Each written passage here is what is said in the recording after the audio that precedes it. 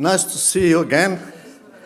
I hope you slept well and you had a very good Sherman welcome dinner last night, and that now you are full of enthusiasm for this section about education, about the role of universities in a world of rapid transformation, and how they are dealing with the crisis in many countries. And also we're going to talk about the third mission of the universities, the global challenges that they face, also the wicked problems that we are also fighting. And one of them, the increase of mental illness in our communities, but the role also of interdisciplinarity. I would like just to make an announcement that is a translation for 3 languages. Channel 1 is Arabic, Channel 2 is English, and Channel 3 is Chinese. So you can follow within these channels. To start with, I have the privilege to introduce the President of the Republic of North Macedonia, Gordana Siljanovska-Davkovka. Please, welcome.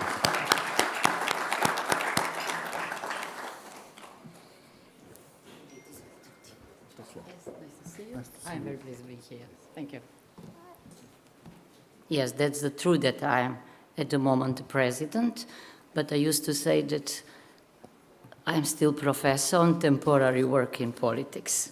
I'm very much missing my students.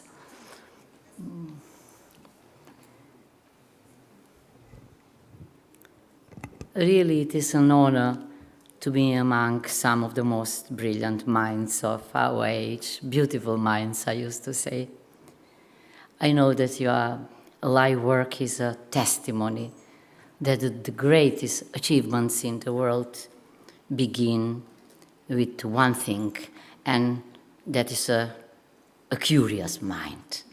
And probably by seeking truth, curiosity leads to discovery, and discovery to progress. But curiosity, in my opinion, is nurtured by an environment that allows it to breathe. Sadly, for many students today, education does not create such an environment. Instead of a spark that turns into a creative fire, education has become a mode for mass production of diplomas. I'm speaking about some countries, not in all countries. This is due to the fact that we are standing at a crossroads. On one side, we have the old Prussian model of education still living, that was designed 200 years ago for the line world of the first industrial revolution. It was built for the factory line and the military barracks, focusing on standardization instead of creativity, criticism, and obedience instead of inquiry. It treats students like tabula rasa, waiting to be filled with standardized facts. But the world has dramatically shifted. We already live in the fourth industrial digital revolution, a dynamic symbiosis of the physical, digital, and biological worlds. This is an era of smart systems that make independent decisions to achieve perfection in production. While the old world was somewhat rigid and linear, our world is interconnected and digitalized. A shift in the world requires a shift in education. This requires looking at reality through the eyes of the new generations. Most of us here probably belong to analog generation, but the students in my classroom are part of the digital or the visual generations. These are children who use iPads before they can even walk or speak. They swim through the internet like fish in the sea. To them, a world without digital connection is unimaginable. This creates a mismatch. We are an analog leadership trying to manage a digital generation. Strange. These young people are not looking for long ex-cathedra lectures or books of a physical library. They have the global digital library in their pockets. They are learning differently. They are taking online courses from the best universities in the world and are watching short tutorials that explain complex concepts in a couple of minutes. They aren't just changing what they learn, but also how they think. Education is no longer a one-way street. It is no longer just the teacher speaking to the student. It has become a dialogue. It is now the teacher, the student, and artificial intelligence. This new neural network of education is unavoidable. We used to think education was about downloading facts into a brain. However, a smartphone can hold more data and facts than all of us combined ever could. This means that the focus of education must shift from memorizing to critical thinking. According to the World Economic Forum's Future of Jobs report, 50% of all employees will need reskilling by the end of this decade. The most valuable skills are not memory or obedience, but analytical and creative thinking. Artificial intelligence is part of the new model of education. It cannot and it should not be banned. However, it should be regulated because it comes with risks, the greatest of them being dependency. History shows us that when few have monopoly on knowledge, then many are left behind. Let me borrow an illustration from literature. In Umberto Eco's famous novel, The Name of the Rose, the medieval monastery is a symbol of the old feudal state. The Dominican monks, who are keepers of knowledge, represent a high-class intellectual elite, while the illiterate peasants are the serfs who live in ignorance and dependence. While the elite feasts, the serfs eat the leftovers. Yuval Noah Harari warns us that unregulated artificial intelligence can create a new digital peasantry, the consumers. If we draw a parallel to Yanis Varoufakis' concepts of techno-feudalism, we will see today's cloudalist replacing the old feudal lords, while the digital consumers are the cloud serfs. And just as the monks used the labyrinth library to hide their secrets and preserve the status quo, modern technology lords use codes and algorithms. Why? To control behavior. If we are not careful, our societies will become a sharp wealth pyramid. A tiny minority at the top will own the algorithms and the robots, while the vast majority at the bottom will have no power or relevant skills. This leads to inequality, job loss, and social injustice and unrest. But this dark future is not inevitable. I believe that the antidote is how we redefine education. If artificial intelligence knows us better than we know ourselves, education must stop focusing on information, which AI has, and start focusing on mental stability, emotional intelligence, and ethical and moral discerning, which AI lacks. We need a global consensus that AI in education and in everyday life must be transparent, fair, and human-led. AI must remain a tool, not a master. This brings me to the theme that relates to everyone in this room. Whether you are an economist, a physicist, a chemist, or a physician, each and every one of you is driven by curiosity. Some of your discoveries have brought the greatest benefits to mankind. And with your example, you can help us put curiosity in the very core of the educational system. We need this paradigm shift, including in the Macedonian education system. The Macedonian education model, unfortunately, still operates under the old paradigm.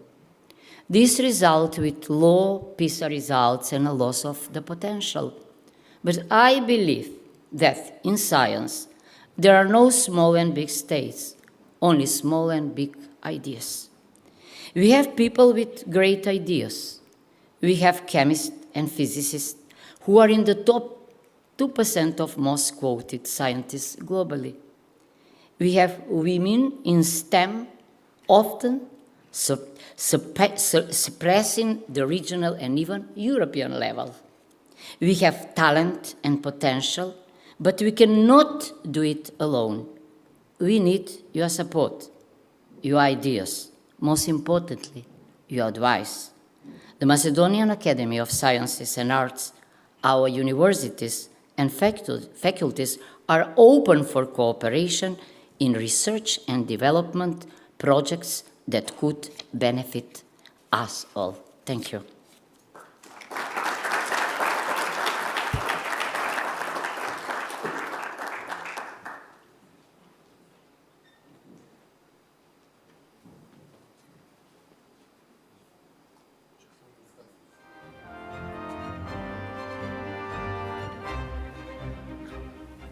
Thank you, Your Excellency, for your presentation. Now I have the privilege to introduce Professor John Hopcroft. It's a Turing Award in 1986. He's Professor Emeritus in Computer Science at Cornell University. Professor?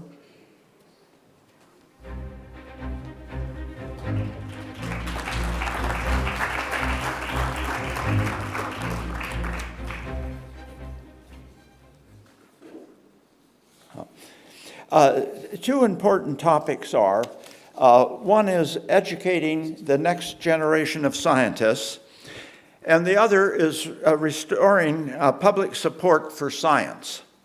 And I'm going to focus on the first topic, educating the next generation of scientists. The world's population is slightly over 8 billion, and talent is uniformly distributed, but opportunity is not. 10% of individuals do not even get elementary school education. If we ignore a large fraction of the world's talent, we'll lose a significant portion of the potential next generation of scientists. We need to focus on improving education for all individuals. Fixing preschool and elementary school and high school education is too large a problem to focus on here. Thus, I'm going to talk about improving undergraduate education. China has created a project to improve undergraduate education that is having a major impact on their gross national product. They plan to make this project international and work with other nations to improve education in all nations. I will first discuss the project and then talk about the internationalization of it.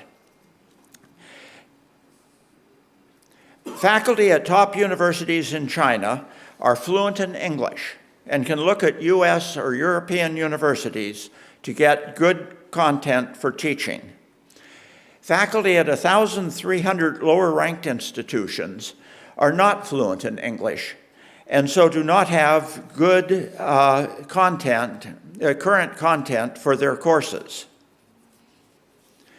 To solve this problem, China created Project 101 to build content in Mandarin for courses in over 20 disciplines. To do this, the Ministry of Education started with computer science and asked each of the top 33 universities to appoint an individual to select the important courses to develop talent for. The individuals selected 12 computer science courses. One of the individuals was assigned to each course to create a team of researchers to create material for the course.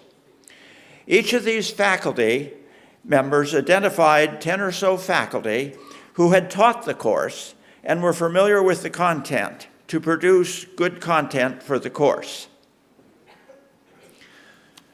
Other disciplines saw the importance of the computer science content and joined Project 101 to create content for courses in their disciplines. The initial focus in computer science expanded to include mathematics, physics, chemistry, biology, economics, philosophy, statistics, basic medicine, and the science of Chinese medicine. The second component of Project 101 was to improve the quality of teaching. The initial 33 universities soon grew to 200 universities. At this point, we realized that the top 200 universities only educated 20% of the nation's undergraduates. To truly improve undergraduate education, we needed to improve teaching at the 1,300 lower-ranked institutions that educated the remaining 80% of undergraduates. Earlier, we had identified several hundred good teachers who wanted to do something to improve education in China, but they were not in a position to do so. When we started to improve education in the universities supported by the 31 provinces, these faculty agreed to help us. In each province, a group was formed to help faculty at provincial universities improve their teaching. At this point, China's president, Xi Jinping, recognized what we had done to improve education and presented us with a gold medal. I wondered, what had we done that got us this recognition? When I talked to government staff, they told me that Project 101 was starting to have an impact on China's gross national product, and that put us up at the top. The Minister of Education called me in and told me that it would be better if what we were doing in the provinces was official, and he added improving education at 1,300 universities to Project 101. This required that we develop a simple strategy to improve education at 1,300 universities. The strategy we developed was to change the metrics by which university presidents were evaluated. University presidents in China have 5-year appointments, and if they do well, they'll get a higher level job. Otherwise, they'll be given a less important position. University presidents were focused on improving the international ranking of their institution.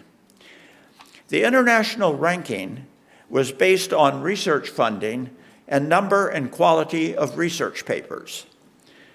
Their strategy focused on evaluating university presidents by the quality of teaching at their universities.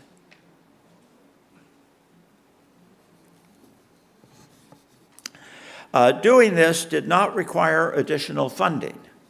We just proposed that the governor of each province evaluate the undergraduate teaching at each university in their province. Each province in China has about 60 universities. To do this, each university would provide 5 faculty, each of whom would evaluate 4 lectures at other universities. This would result in the evaluation of 20 lectures at each university. Adding the scores would produce a statistical ranking of the quality of teaching at each university. The rankings would be kept confidential. Each president would be told if his university was among the top third, the middle third, or the lower third of quality teaching in the province. Most university presidents would then focus on improving teaching rather than increasing the number of research papers that are of little value. The evaluation of a lecture would involve, is the faculty member engaging the students? Is the faculty member excited and knowledgeable of the material he's teaching? Are the students engaged and absorbing the material? Where this has been done, the quality of education has improved significantly. If governors change the metrics by which university presidents are evaluated, university presidents would start exploring ways to improve teaching. Project 101 has significant experience in improving education and can provide university presidents with many techniques to try. A president could evaluate the teaching of all faculty members. They could add teaching as a factor for promotion. For a faculty member to get tenure, an individual's teaching would be required to be among the upper third in quality. Statistically evaluating teaching would also allow the president to know the quality of teaching in each department. It would also send a message to department chairs that quality of teaching is important. Some items a department chair may consider to suggest individual faculty select a colleague to sit in a couple of their lectures and tell them how students respond to the lecture. Reduce faculty workload so that faculty have significant time to explore research that excites them.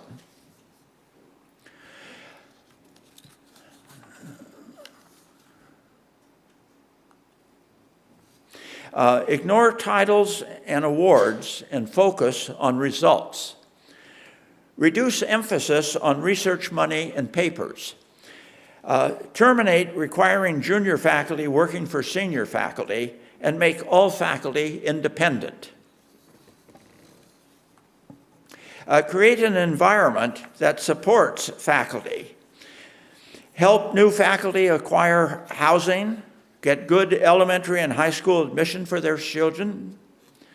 Ensure faculty teaching assignments excite them and support their intellectual development. If a faculty member wants to transfer to a different department or university, support it. The second component of Project 101 is to improve the quality of teaching and focuses on helping faculty improve teaching. One methodology that grew out of a project to evaluate teaching, in which a faculty member sits in on a lecture and observes the interaction of the faculty member teaching the course with the students in the course. When evaluating teaching, one learns information that can help the professor teaching the course improve his teaching. This is key. Let me illustrate by telling you what I learned in evaluating one class. The faculty member was an outstanding young faculty member and was teaching 30 students. When she started, every student was engaged and listening carefully. About 30 minutes into the lecture, half of the students disengaged. I wondered why. The faculty member had just put up a mathematical theorem and then spent 20 minutes proving the theorem. I talked to the faculty member after the lecture and told her what had happened. We discussed it for a while and concluded that maybe the students did not understand what the formal mathematical theorem said. It might have been better if she had explained the theorem intuitively, why it was important and how it should be used. She could have then engaged the class in converting the intuitive form of the theorem to the mathematical form. We also discussed if it made sense to spend 20 minutes proving the theorem. Maybe just discuss the key steps that would be needed. This led to discussing what we would like students to remember about the lecture 6 months from now. It's not the detailed formal proof. Based on this experience, Project 101 intends to have faculty sit in on lectures and discuss how students interacted with what their teachers taught.